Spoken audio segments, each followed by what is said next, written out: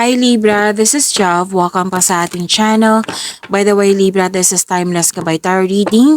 Nakafocus po ito sa inyong career and money. Gamitin ang reading na ito bilang gabayin lamang. Tandaan Libra, ito po ay Jana reading. Sa mga hindi pa nakapanood sa inyong love reading, may first video reading kayo tungkol, nakafocus po sa love life niyo po. So kung hindi niyo mahanap, hanapin niyo po sa channel natin, magkasunod lang po sila. Tandaan Libra, ito po ay Jana reading.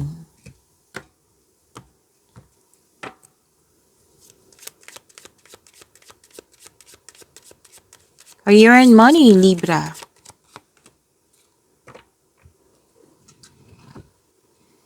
Okay, mahilig kang magbigay ng tulong sa kapwa mo. Very generous, very, matulungin ka. At magiging busy ka sa gagawin mo ito, magiging busy ka. Need others to assist with services, increase productivity, no one can handle it all. Pwede din maraming nakadepend sa inyong galing at talino. At matulungin ka na like nakikita ko nga dito, nag-share ka ng ideas po. Wellness, ensure your body is nourished, join the gym and regain strength, live a healthier lifestyle. So it might be your nature sa inyong work is sobrang busy. So wag mong kalimutan na alagaan mo yung health mo. Oo, kung nakaramdam ka ng pagod, magpahinga para sa pagbalik mo, re-energize ka na. Pwede din na some of you na kung pwede magkaroon ng panahon sa gym or it might be nagpa-enroll na kayo ngayon sa gym. So, magkakaroon kayo ng healthy routine.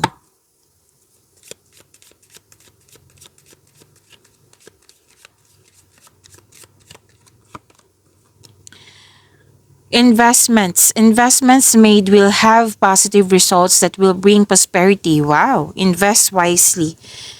So, some of you magkakaroon ng return investment na nagbigay ito ng prosperity sa inyo. So, claim nyo po, Libra. Claim nyo po, Libra. And, some of you mag-invest pa. So, it will give you prosperity. Basta, pag-isipan ng mabuti, kailangan alam na alam mo yung gagawin mo. So, invest wisely. Okay?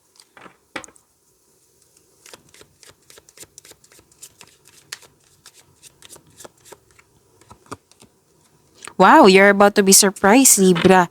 Unexpected turn can bring positive change. So, dalawang card kasi nagsabi dito. Positive results pala. Positive results, positive change. Be ready for change.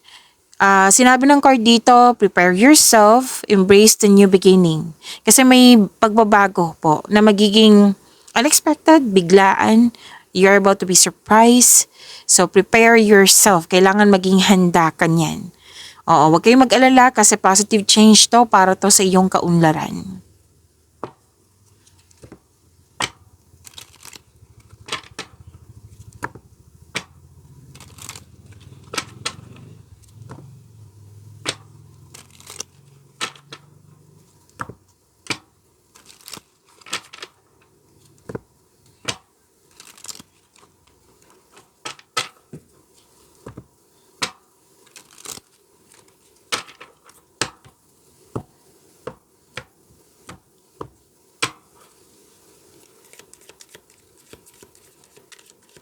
Career and money, Libra.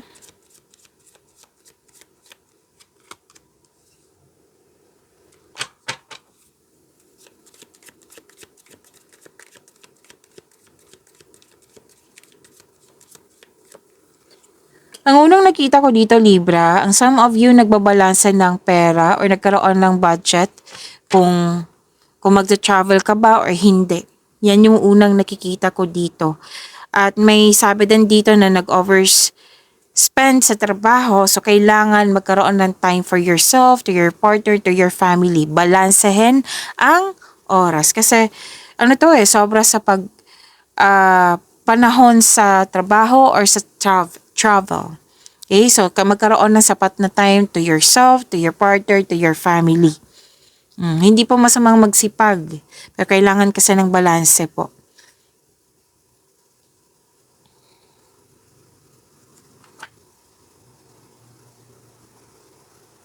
Okay, may advice ang core nyo dito na tamang pag-manage ukol sa pinansyal at budget para mas lumago pa ang iyong kaperahan. So, balanse, nagkaroon ng pagkakaisa, nagkaroon ng, anong tawag nito? Pagkakaisa, balanse. Stability, nagkaroon ng stability.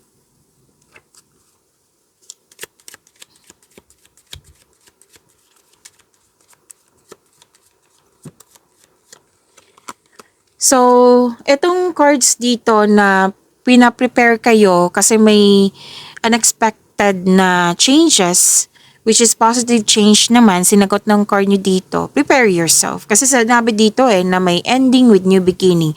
Magkakaroon po ng transformation. This is necessary change. This is about time.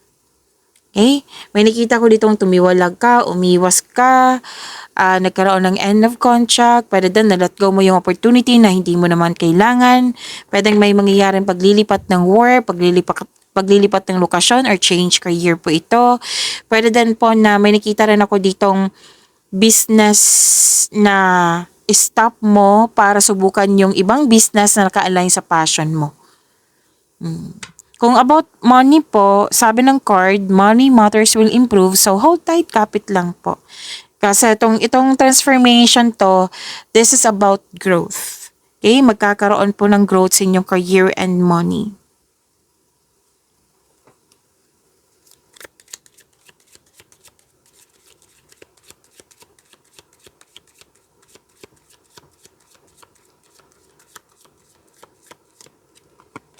Sabi po ng card dito na mag-ingat kayo sa paggasta. Okay, pag-isipan ng mabuti kung kailangan ba. So, sinabi din ng card nyo dito na invest wisely, right? Oo. Kasi,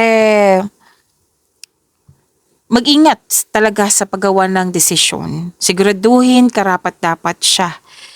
Okay? Kasi mukhang may loss of connection dito or loss of things or loss of opportunity. So now, kung hindi yan nangyari, kailangan talaga mag-ingat sa paggawa ng desisyon. Invest wisely.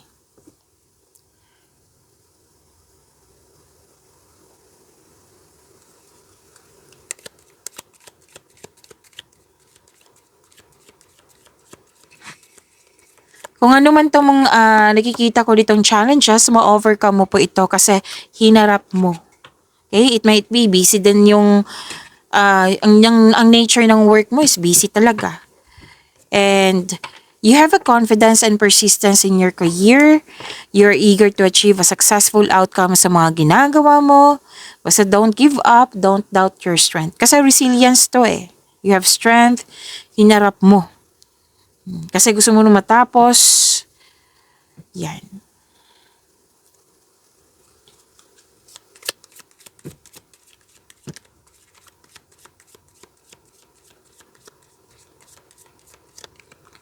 May ganap na negotiation, any kind of negotiation po na naka-align sa inyo career and money. Pwedeng raise ng allowance, sweldo, kontrata.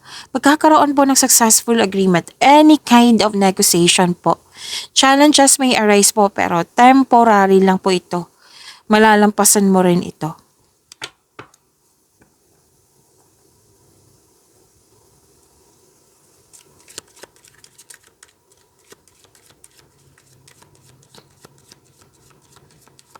Wow, financial stability, taas ng tagumpay, lalo na sa kaperahan.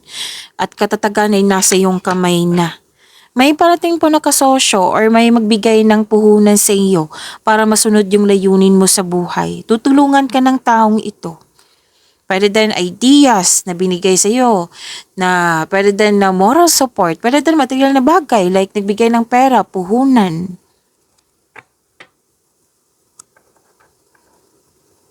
Okay, may advice ang card nyo dito. To achieve a success in career and money, kailangan mo mag-focus. Comes with determination na may clear intention.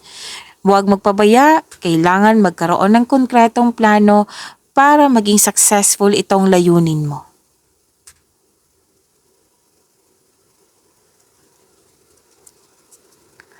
So, nagkaroon ng pagkakaisa. Very supportive yung grupo ng tao sa iyo. Nagbibigay po sila ng motivation sa iyo nang siyang dahilan na magkakaroon ka ng focus sa pag-achieve ng goal mo. May nakita rin ako dito natutuwa ka sa bata. Pwedeng tinuturuan mo to, pwedeng customer mo to, kliyente to, or pwede din inspired ka sa bata na kaya ka naging hard worker.